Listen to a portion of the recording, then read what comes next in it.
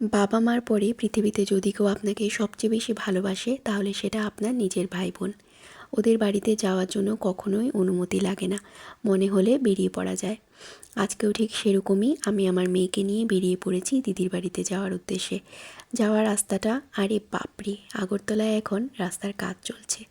যেন মনে হচ্ছিল গাড়ি নয়, আমি যেন একটা রোলার কোস্টারে বসে যাচ্ছি, একবার উপরে একবার নিচে। আগরতলায় ড্রেনের কাজ চলছে তো রাস্তাটাও আমার সঙ্গে একটু মজাই করে নিল। এদিকে যেতে যেতে চোখে পড়লো আগরতলার রাজবাড়ি। একটা কথা সত্যি করে বলো তো, আগরতলায় থেকেও এমন কেউ আছো যে এখনও রাজবাড়ির অন্দরমহল মানে ভেতরে সেই সুন্দর মিউজিয়ামটা ঘুরে দেখোনি? যদি না দেখে থাকো তাহলে অনেক বড় জিনিস মিস করছো। রাজ পরিবার, আগরতলার ইতিহাস, এগুলো জানতে হলে একবার অবশ্যই মিউজিয়ামটা ঘুরে এসো। আমি তো দেখেছি আর সত্যি বলছি দেখার মতো। ফাইনালি আমরা পৌঁছে গেলাম দিদির বাড়িতে।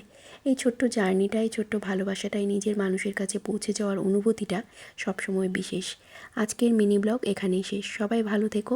খুব শিগগিরই আবার গল্প করার জন্য নতুন ভিডিও নিয়ে চলে আসবো। আর আমার ভিউয়ার্সদের জন্য অনেক অনেক শুভকামনা রইল। ভালো থেকো সবাই। Bye bye.